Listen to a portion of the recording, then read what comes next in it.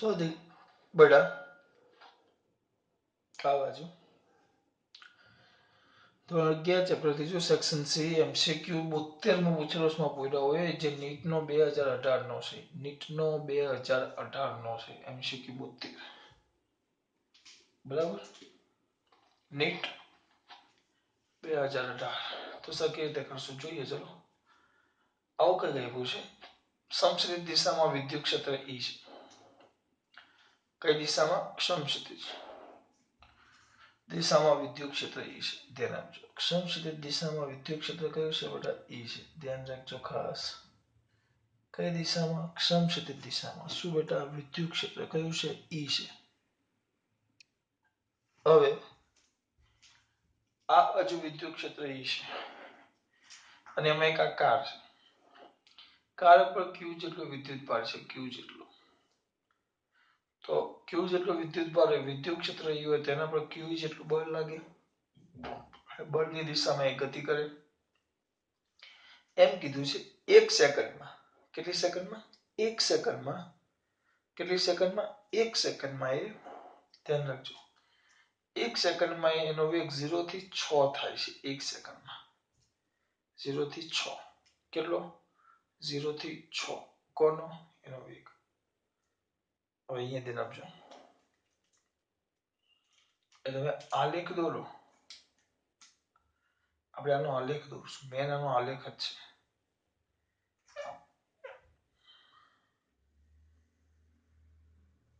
આમાં આલેખ દોરો.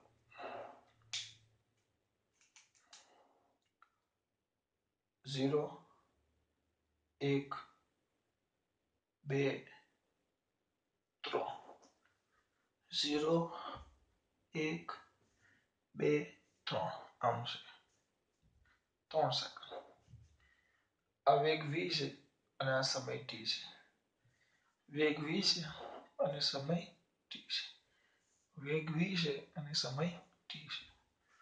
એમ કીધું છે આ બળ જે લાગે એને કારણે 1 સેકન્ડમાં 0 થી વેગ 6 થાય છે. આપણે આ 6 લઈ લઈએ. ખબર પડે કે આપણે અહીંયા લેવાનું છે, બીજું કઈ નહીં.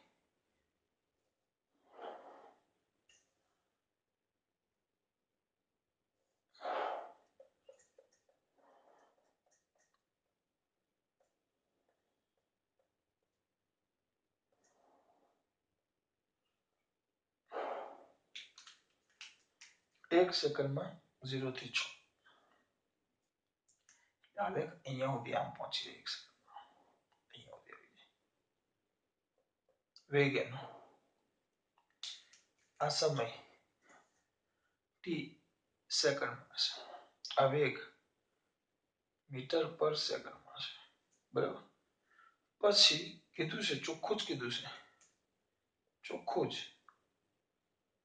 શું ચોખ્ખું કીધું છે? અહીંયા સુધી આવી ગયું કે પછી બળની દિશા બદલી નાખે છે. બળની દિશા બદલી નાખે. આમ બદલાય એટલે પ્રવેગ એક સરખો રહે. આલેખ કયો છે? v વિરુદ્ધ t. આલેખ કયો છે? v વિરુદ્ધ t. અહીંયા વિદ્યુત ક્ષેત્ર જે આ બાજુ છે એના જગ્યાએ વિદ્યુત ક્ષેત્રને આ બાજુ કરી નાખે. ટૂંકમાં વિદ્યુત ક્ષેત્રની દિશા શું કરી દેવામાં આવે? બદલી દેવામાં આવે. કોની દિશા? વિદ્યુત ક્ષેત્રની. વિદ્યુત ક્ષેત્ર આ બાજુ છે ને આ બાજુ. એટલે બળ ઊંધી દિશામાં લાગે. બળ ઊંધી દિશામાં લાગે એનો મતલબ શું થયો? કે પ્રવેગ ઊંધો થઈ જાય. એટલે જો પ્રવેગ બદલાય નહીં, બળ એમને એમ જ છે. ખાલી જે આ બાજુ હતું પહેલી સેકન્ડે બળ આમ હતું, તો બીજી અને ત્રીજી સેકન્ડે બળ આમ છે. જોઈએ આ બાજુ લાગે. તો પહેલા પ્રવેગ આમ હતો, એના જગ્યાએ પ્રવેગ આમ થઈ ગયો. પણ પ્રવેગનું મૂલ્ય ન બદલાય. પ્રવેગ એટલે v વિરુદ્ધ t નો ઢાળ. v વિરુદ્ધ t નો ઢાળ. યાદ છે? ઢાળ. x વિરુદ્ધ t નો ઢાળ હોય. અહીંયા લખી નાખો. કોનો ઢાળ હોય? x વિરુદ્ધ t નો ઢાળ.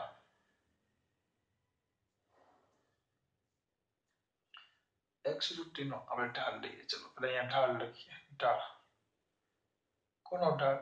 x વિરુદ્ધ t નો ઢાળ હોય તો વેગ આપે. અને v વિરુદ્ધ t નો ઢાળ હોય તો પ્રવેગ આપે. અને ક્ષેત્રફળ હોય તો ગુણાકાર લઈ લેવાનો. તો v v ગુણ્યા t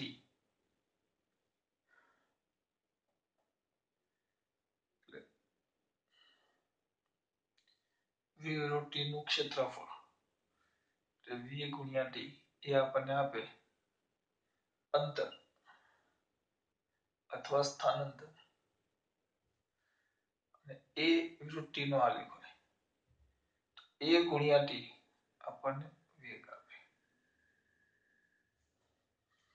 શું આપે વેગ આ ભૂલાવું ન છે બરાબર હવે જો તો આનો પ્રવેગની દિશા બદલાવાની 2 સેકન્ડ માટે પ્રવેગ અચળ એટલે જેમ એક સેકન્ડમાં 0 થી 6 થયો તો આ હવે થશે 0 થી 6 થી 0 પ્રવેગ અચળ છે આમાં બળ અચળ છે બળ બદલાતું નથી કારણ કે બળ q જ લાગે બળ અચળ તો પ્રવેગ અચળ પ્રવેગ એટલે v વિરુદ્ધ t નો આલેખ ઢાળ આપે તો 2 સેકન્ડ માટે ઢાળ અચળ ઢાળ તો આમ ઢાળ અચળ તો આમ સીધો જાય એટલે અહીંયા આવી જાય એટલે કેટલો થયો 0 થી 6 તો 6 થી 0 અને અહીંયા 0 થી 6 અને 6 થી -6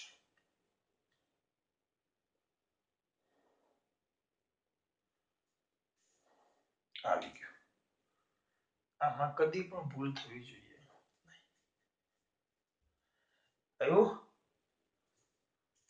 આવ્યો આલેખ મેન છે હવે તમને એમ કીધું છે કે ભાઈ શું શોધવાનું કીધું છે 0 થી 3 સેકન્ડ વચ્ચે રમકડે આ કારનો સરેરાશ વેગ અને સરેરાશ ઝડપ શોધો સરેરાશ વેગ અને સરેરાશ ઝડપ શોધો સરેરાશ વેગ અને સરેરાશ ઝડપ શોધો કાપેલું અંતર ચલો આમાં 3 સેકન્ડમાં કાપેલું અંતર સરેરાશ વેગ સરેરાશ ઝડપ લે ઝડપ બરાબર કાપેલું અંતર છેદમાં તે માટે લાગતો સમય તો 3 સેકન્ડમાં કાપેલું અંતર તમે ડી કહી દો ડી અથવા અંતરને x આનું ક્ષેત્રફળ તેના વડે કેટલો એરિયા ઘેરાય જો આટલો 3 ત્રિકોણ છે એક નહીં 3 ત્રિકોણ મેં તમને નોંધ કરીને લખાવેલું 11માં કે તમે જ્યારે અંતર ગણતા હોય તો ઉપરનો ભાગ પણ ધન અને નીચેનો ભાગ પણ ધન અંતર ગણો તો આ ધન અને આ ધન બધું ધન અંતર માટે અંતર ગણો તો શું આવશે નામ આપો ઓ એ બી સી ડી અને ઈ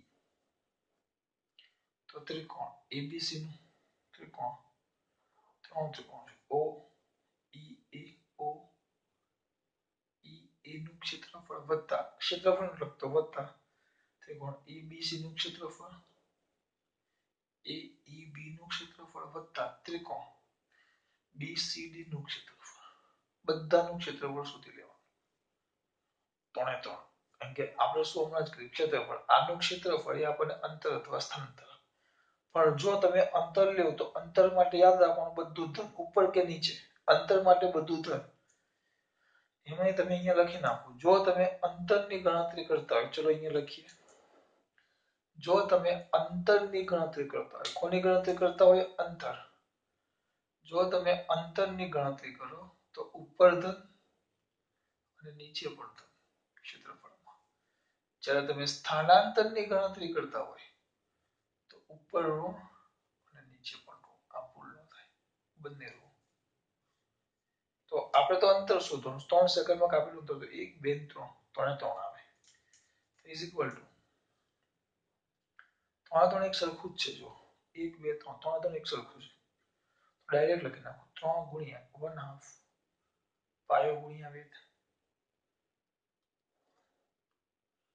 3 ગુણ્યા 1/2 પાયો પાયો કેટલો થાય ઈ છે પાયો બધાના પાયા એક જ થાય 1 સેકન્ડ પાયો 1 સેકન્ડ અને વેધ 6 સેકન્ડ તો 6 * 18 ને 2 9 x બરાબર 9 મીટર અંતર કેટલું આવ્યું? 9 મીટર અંતર. તો સરેરાશ ઝડપ બરાબર કાપેલું અંતર છેદમાં તે માટે લાગતો સમય. તો કાપેલું અંતર કેટલું? 9 ના છેદમાં સમય 3. જવાબ કેટલું આવે? 3 મીટર પર સેકન્ડ. પણ શું આ બેટા? સરેરાશ ઝડપ. એટલે જો અંતર શોધવાનું આવે આલેખ પરથી, પહેલા આલેખમાં ખબર પડી આ તો આવી ગયું 0 થી 1 સેકન્ડમાં 0 થી 6 મીટર પર 0 થી 1 સેકન્ડમાં વેગ 0 થી 6 મીટર પર સેકન્ડ થયો. પછી બળની દિશા બદલી નાખી. બળની દિશા બદલે બીજી ને ત્રીજી સેકન્ડમાં બળ વિરુદ્ધ દિશામાં છે. તો બળ વિરુદ્ધ દિશામાં તો પ્રવેગ વિરુદ્ધ દિશા. એટલે આમાં જેટલો ઢાળ હતો એટલો ઢાળ હવે વિરુદ્ધ દિશામાં. વિરુદ્ધ દિશામાં એટલે આ ધન હતો, હવે ઢાળ ઋણ. એટલે આમ આવે આખું જો આ લેખ દોર્યો મેં. તો આ ધન હતો, ઋણ તો એટલો જ આવે. એટલે 1 સેકન્ડમાં 0 થી 6 થયો, તો હવે બીજી સેકન્ડમાં શું થાય? 6 થી 0. અને હજી આગળ વધે તો વિરુદ્ધ દિશામાં 0 થી 6 થી 0 આવ્યો, તો વિરુદ્ધ દિશામાં 0 થી 6 એટલે -6 આવ્યા. એટલે આ લેખ થયો. હવે તમને શોધવાનું કીધું સરેરાશ ઝડપ. ઝડપ બરાબર કાપેલું અંતર છેદમાં તે માટે લાગતો સમય. આલેખ કયો છે? V વિરુદ્ધ T. આલેખ છે V વિરુદ્ધ T. તો આપણે ઝડપ બરાબર અંતર બરાબર ઝડપ ગુણ્યા સમય, એટલે એનું ક્ષેત્રફળ. તો અંતર મળે. અંતર માટે ઉપર કે નીચે બે ધન જ આવે. 1 2 3, 3 એ 3 ધન લઈ લેવાના. એટલે પછી સીધું 3 વાળા કરી નાખ્યું છે. એક સરખું છે એટલે ત્રિકોણ એક સરખા છે એટલે. હવે 3 સેકન્ડમાં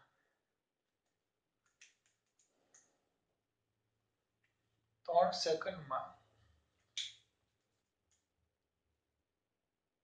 3 સેકન્ડમાં કરેલું સ્થાનાંતર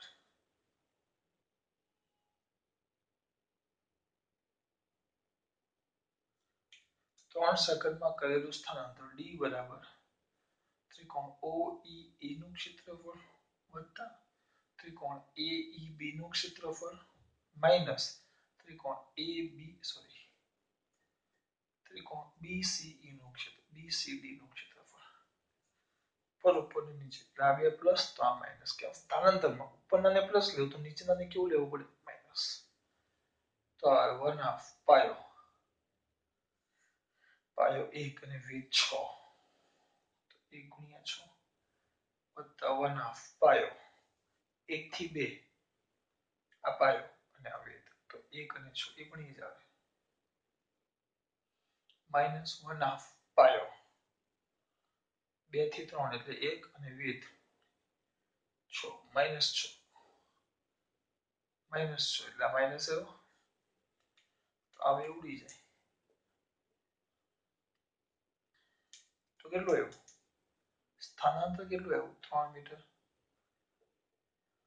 આપણે શોધવાની છે સરેરાશ વેગ બરાબર કાપેલું કરેલું સ્થાનાંતર છેદમાં તે માટે લાગતો સમય. કરેલું સ્થાનાંતર 3 છેદમાં સમય 3. તો 1 મીટર પર સેકન્ડ. આ થઈ ગયો તમારો નીટ 2018 માં પૂછેલો MCQ તમારો. ધ્યાન રાખજો. કઈ જ નથી કર્યું. આ મહિના તો એટલે બળ બાજુ પ્રવેગ અચળ તો ઢાળ અચળ. પછી એ જ બળથી વિરુદ્ધ દિશામાં બીજી ને ત્રીજી સેકન્ડ એટલે એ જ ઢાળ લેવાનું. એક ઢાળ આમ નીચે તરફ. બીજું કઈ નહીં. પછી કઈ નહીં. આલેખ છે V વિરુદ્ધ T નો. તો આટલી વસ્તુ ક્લિયર મોઢે હોવી જોઈએ. ઢાળ હોય તો ગુણોત્તર એટલે વેગ આવે. V વિરુદ્ધ T નો ઢાળ. પણ ક્ષેત્રફળ આવે તો આનું ક્ષેત્રફળ V વિરુદ્ધ T નું ક્ષેત્રફળ એનો ગુણાકાર વેગ ગુણ્યા ઝડપ. વેગ ગુણ્યા સમય તો સ્થાનાંતર આપે, અને ઝડપ ગુણ્યા સમય તો અંતર આપે. એ પરથી અંતર અને સ્થાનાંતર બે વસ્તુ સીધી જોઈએ. બરાબર. ચલો ખાસ વાત. જય શ્રી કૃષ્ણ.